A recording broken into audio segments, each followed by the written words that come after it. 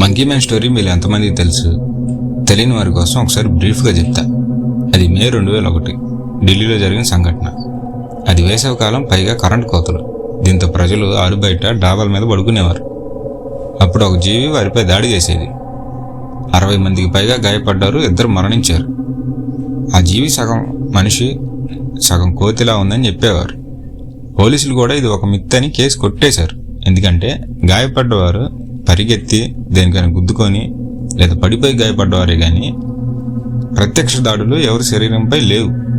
మరణించిన 2 కూడా భయాందోళనలతో పరిగెడుతూ డాబాపై నుంచి పడి చనిపోయారు. వీటన్నిటికి కారణం ప్రజల పుకార్లు. గాయపడ్డ ప్రతి వ్యక్తి ఆ జీవికి వింతైన రూపం ఇచ్చేవాడు.